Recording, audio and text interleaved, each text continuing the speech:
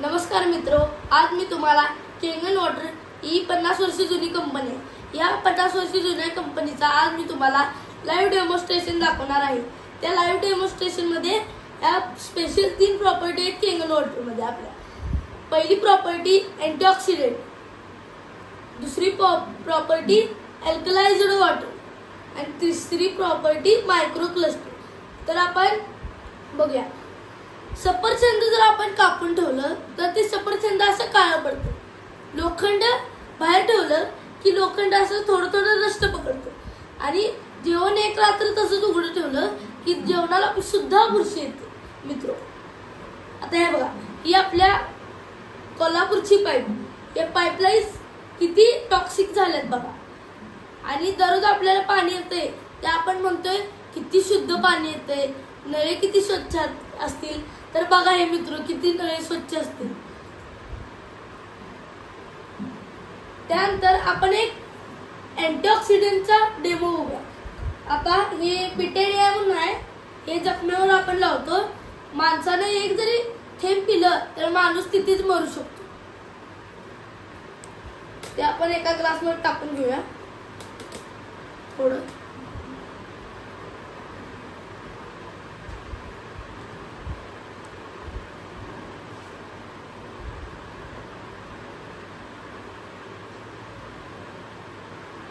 आपण एका ग्लास मध्ये हे टाकून घेतलेलं आहे।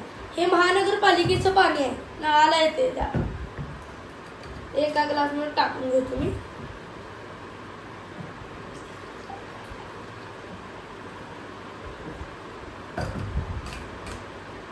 आता हे 2 ग्लास मध्ये करू।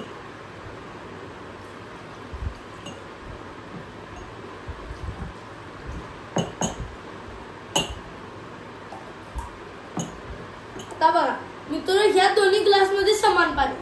आपल्याला अँटीऑक्सिडंट होतं म्हणजे बॉडी अशुद्ध होते, तेव्हा आपली बॉडीचा अशुद्ध म्हणजे अशी दिसते। उदाहरणार्थ तुम्हाला मी पिटेरिया टाकून दाखवणार आहे। जर असं आपल्याला अस्वस्थ वाटायला लागलं की आपण डॉक्टरकडे जातो, मग डॉक्टर काही अशा गोळ्या देतात। त्यातली कोरोनामध्ये आपण खूप खाल्लेली आहे ही गोळी, लिम्सी व्हिटॅमिन सी ची। तर बघूया काय होतंय ही गोळी टाकल्यानंतर पाण्यामध्ये काय फरक पडतो। ही मी गोळी यात टाकल्या, त्यानंतर तुम्हाला हलवून द्या।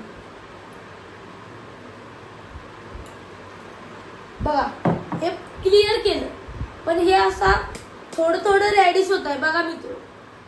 म्हणजे ह्या गोळ्याचे साईड इफेक्ट होऊन आपल्या किडन्या फेल होतात। आणि हे बाहेरच्या देशामध्ये पित्ताच्या गोळ्या ते बॅन आहे, पण आपण थांबतोय का खायचं का? कारण त्या किडन्या फेल होतात या गोळ्यांमुळे। तर जर पाणी पिलेलं चांगलं का गोळ्या खाल्लेलं चांगलं हे आपण ठरवायचं आहे। बघूया आपण पाणी, हे केंगन वॉटरचं लाईव्ह पाणी आहे, हे टाकून जर बरं झालं तर पाणी पिणं हे चांगलंच आहे। बघा मित्रो, पूर्ण क्लिअर झालेलं आहे। आता त्यानंतर बघितलं ना तुम्ही, हे पूर्ण क्लिअर आहे। आता हे बघा, हे गोळीचे रॅडिश पार्टिकल जात आहेत बघा। ओआरपी म्हणजेच ऑक्सिडेशन रिडक्शन पोटेन्शियल 30+ ओआरपी ने आपल्याला कॅन्सर होऊ शकतो आणि -50 ओआरपी ने आपल्याला मेक न्यू सेल्स तयार होतात। तर बघूया आपण आपल्या पाण्याचा ओआरपी किती आहे। आता यात जर बघितलं, हे आपलं बाहेर गेलं की आपण बिस्लरी पितो, याचा बघा 260 270 च्या आसपास आहे बघा, वाढतच चाललाय। 280, हे बघा 294 झालता। त्यानंतर आपण महानगरपालिकेच्या पाण्याचं बघूया, 300 317 बघा, 303 च्या आसपास होता। त्यानंतर आपण कोल्ड ड्रिंक, आपण वेलकम ड्रिंक म्हणतो, याला बघा प्लस 370 दाखवत आहे। त्यानंतर आपल्या केंगन वॉटरचा बघूया. हे बघा हाय का -338 480 च्या आसपास झालाय बघा. बघा -485 अशा तऱ्हेने आहे. जर तुम्ही काय म्हणाल ORP मीटर, आपण आता गाडी चालवतोय, आपल्याला पाहिजे तसं आपण सगळं गेअर वगैरे करून घेतोय, बरोबर आहे ना. मग तुम्ही काय म्हणाल मशीन मध्ये पण काहीतरी ऍडजस्ट केला असतो. मग आपल्याला कलरची भाषा कळते ना. मग कलरची भाषा जर गुलाबी पाणी झालं की समजायचं -ORP, आणि जर हाय असा कलर राहिला तर ते +ORP म्हणायचं. आता आपण बिस्लरी मध्ये टाकून बघूया. 1 2 3 1 2 3 1 2 3 1 2 3. बघा आपण कुठल्याही पाण्याला हलवलेलं नाही अजून. आता हलवून बघूया पाण्याला. बघा झालं का गुलाबी? गुलाबी झालं का? नाही झालं. बघा आपल्या केंगन वॉटर मध्ये गुलाबी झालं, म्हणजे काही तर मिरेकल आहे. मेलेलं पाणी जिवंत पाणी. हा, जर हे पाणी पांढरं राहिलं असतं, समजायचं हे मेलेलं पाणी, आपण मेलेलो आहोत का? नाही. तर आपल्याला पण जिवंत पाणी प्यायला पाहिजे ना. मग जिवंत पाणी कुठलं आहे यातलं? बघा असं पूर्ण गुलाबी झालेलं आहे, हाय का.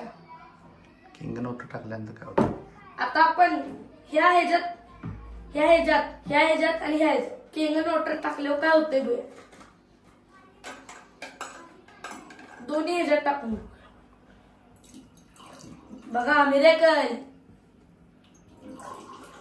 या सुद्धा पाण्याला केलेलं आहे शुद्ध, पण या पाण्याला शुद्ध होणार नाही. कोल्ड्रिंक किती हार्मफुल आहे? कोल्ड्रिंक किती हानिकारक आहे ते आपण बघूया. हे कोल्ड्रिंक एक गोट पिल्यावर काय होतंय? केंगन वॉटरला सुद्धा डॅमेज करते. आता आपण अल्कलाइज वॉटर 2 नंबरची प्रॉपर्टी या मुद्द्यावर तुम्हाला डेमो दाखवणार आहे. अल्कलाइज वॉटर आपल्या रक्ताचा pH 7.36 आहे. मग जर आपण आपल्या रक्ताच्या pHच्या खालचं pHचं पाणी पिलं, इथून इकडचं ऍसिडिक, ते तर आपले सेल्स डॅमेज होणार, आजार व्याधी वाढणार आहे. त्यानंतर आपण जर 7.36 च्या वरच्या pHचं जरी पाणी पिलं तरी आपल्याला न्यू सेल्स तयार होतात अजून. तर बघूया आपण pH लिक्विडच्या सहाय्याने की आपल्या पाण्याचा pH किती आहे.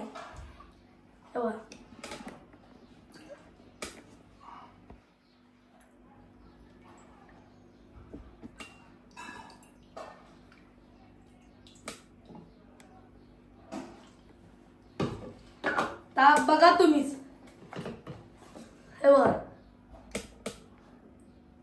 हे पाणी 6.5-7 च्या दरम्यान आहे.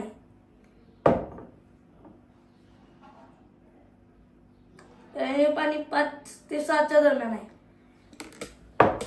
बघा बाप रे, कोल्ड्रिंकचा pH किती आहे बघा, 2-2.5 च्या दरम्यान आहे. ह्या डेमो बघितल्यावर इथून पुढं कोल्ड्रिंकला जरी हात लावला नाही, आमचा डेमो सक्सेसफुल झाला असं म्हणायचं. हे बघा मिरेकल, या पाण्याचा pH 9.5 आहे. हे आपलं मशीन मधून, केंगन वॉटर मधून, च्या मशीन मधून 9.5 pHचं पाणी निघतं. तुम्ही काय म्हणणार, तुम्ही सांगताय म्हणून आम्ही केंगन वॉटर चालू केलं.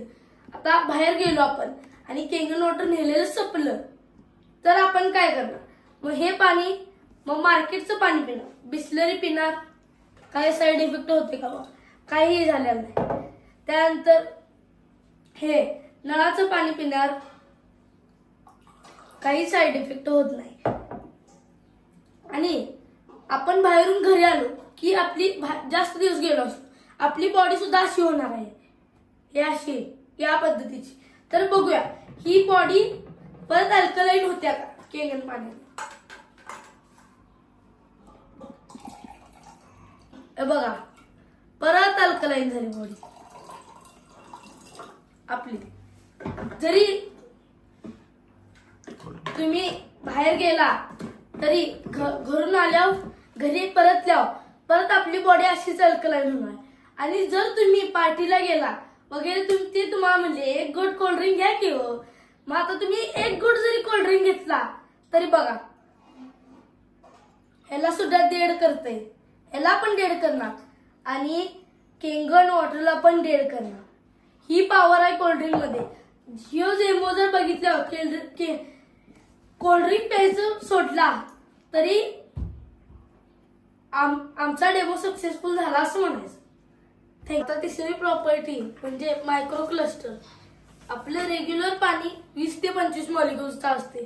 ते आपल्या नसामध्ये घुसून काम करत नाही.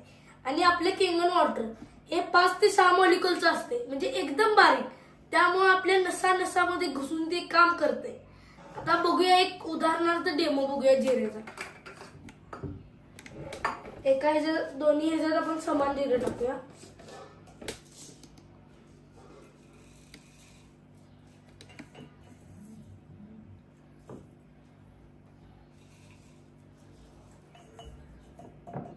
दोन्ही ह्याच्यात आपण समान जिरे टाकलेलं आहे.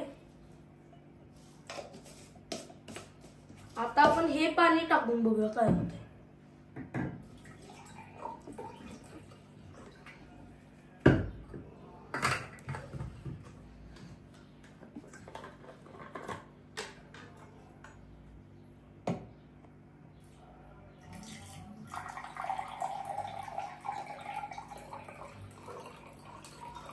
बघा तुम्हाला यात काय फरक दिसतो बघा.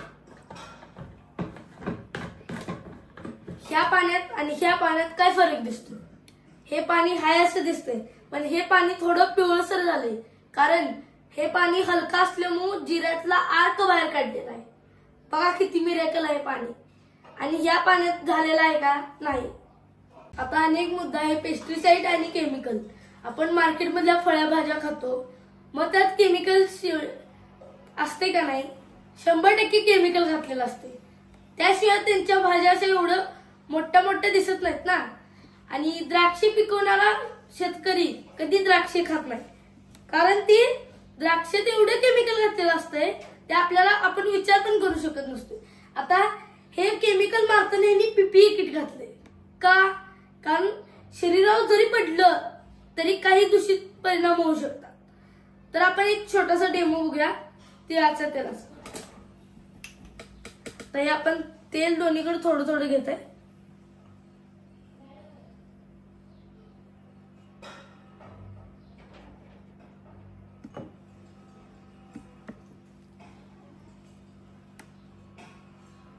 दोन्हीकडे आपण समान तिळाचं तेल घेतलेलं आहे. तर हे पाणी घातल्यावर काय होतंय बघा.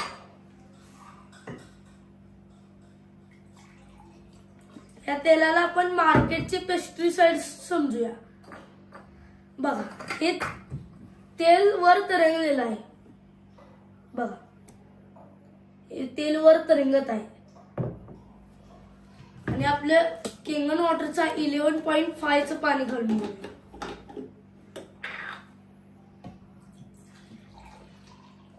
वाव ब्रेक केलेला आहे बघा.